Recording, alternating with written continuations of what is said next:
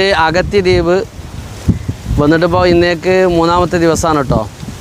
മനോഹരമായ കടൽ, പച്ചക്കടൽ, ലഗൂൺ കടൽ, നല്ലൊരു പ്രകൃതിയാണ് ഇവിടെ. നല്ല കാറ്റടിച്ചുകൊണ്ടിരിക്കുന്നത്. ഇത് മൺസൂൺ സീസണാണ്. അതുകൊണ്ട് തന്നെ ഇവിടെ വല്ലാതെ ആക്ടിവിറ്റീസുകളൊന്നും നടക്കില്ല. കടൽ ശോഭിച്ചുകൊണ്ടിരിക്കുന്ന അവസ്ഥയാണ്. എന്നാലും കുറേയൊക്കെ നടക്കുന്നുണ്ട്. പിന്നെ ഇവിടെ ഈ ബീച്ച് മുളക് ബീച്ചാണ്. ഇതവിടെ പഴയ ബോട്ടിൻ്റെ കഷ്ണങ്ങളുണ്ട്. പുതിയ ബോട്ടുകൾ അവിടെ പല തരത്തിൽ അവിടെ കൊണ്ടുപോയി സെറ്റാക്കി വെച്ചിട്ടുണ്ട്, പുതിയ ബോട്ടുകൾ. പിന്നെ മാഷാ അല്ലാഹ് അവിടെ കുറേ പാടികളും കുറേ ഏരിയകളൊക്കെ ഉണ്ട്. ഇതല്ല നോക്കിയാൽ നല്ല പ്രത്യേകമായൊരു പുൽമേട, നല്ലൊരു പുൽമേട ഉണ്ട് ഇവിടെ. പിന്നെ തെങ്ങിൻ തോപ്പുകൾ നിറഞ്ഞു നിൽക്കുന്ന സ്ഥലമാണിത്. പിന്നെ ഇങ്ങനെ നോക്കുകയാണെങ്കിൽ ഇങ്ങനെ പോന്നാൽ ഇതിലെങ്ങനെ പോരുമ്പോൾ നല്ല ഇതെന്താ മോനെ മരം? ഇതെന്താ സാധനം? ചീരണിയാ? അത് ചീരണിയാണ്. പിന്നെ പഴയ ബോട്ടിൻ്റെ അവശിഷ്ടങ്ങളുണ്ട്. പിന്നെ അങ്ങനെ പോന്നു കഴിഞ്ഞാൽ ആളുകളൊക്കെ ഒന്ന് റെസ്റ്റ് എടുക്കുന്ന സ്ഥലം അത്. പിന്നെ ഇവിടെ എന്താ ഈ തെങ്ങിൻ തോപ്പുകൾക്കൊക്കെ ഒരു പ്രത്യേക പെയിൻ്റ് അടിച്ചിട്ടുണ്ട്.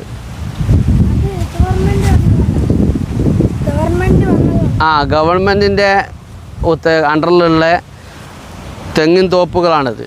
ഈ തോട്ടങ്ങളൊക്കെ ഗവൺമെൻറ് ഇവിടെ എന്താ വെച്ചാൽ ടൂറിസത്തിൻ്റെ ഭാഗമായിട്ട് പല സ്ഥലങ്ങളും ഇപ്പോൾ സർക്കാർ കയ്യേറിയിട്ടുണ്ട്. പല കെട്ടിടങ്ങൾ പൊളിച്ചുകൊണ്ടിരിക്കുന്നുണ്ട്. ഇവിടുത്തെ ദ്വീപുകാർക്ക് അത് വലിയ പ്രതിസന്ധി നേരിട്ടുകൊണ്ടിരിക്കുകയാണ്. സർക്കാർ ഈ ചെയ്തുകൊണ്ടിരിക്കുന്ന നടപടി, പല വീടുകളും പൊളിച്ചു മാറ്റേണ്ട, അവിടെ പള്ളികളുണ്ട്, മക്ബറകളുണ്ട്, അതൊക്കെ പൊളിച്ചു മാറ്റേണ്ട അവസ്ഥയാണ്. കാരണം സർക്കാർ അതിന് കാണുന്ന ന്യായം എന്താണെന്ന് വെച്ചാൽ അവർക്ക് കാര്യമായിട്ട് ഇവിടെ ബിസിനസ് നടത്തണം. ടൂറിസം ആണ് അവർ പ്രധാനമായിട്ട് ലക്ഷ്യമാക്കുന്നത്.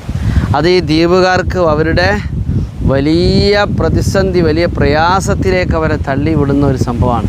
ഇവിടെ പണ്ടാരഭൂമി എന്ന് പറഞ്ഞിട്ടൊരു ഭൂമി, പല വീടുകളും പണ്ടാരഭൂമിയാക്കി എടുത്തിട്ടുണ്ട്. അവിടെ ആ ഭൂമിയിൽ നിന്ന് അവർ പോയിട്ട് സർക്കാർ അവിടെ അവരുടെ ഉത്തരവാദിത്തത്തിലാക്കി വെക്കാനുള്ള ശ്രമമാണ്.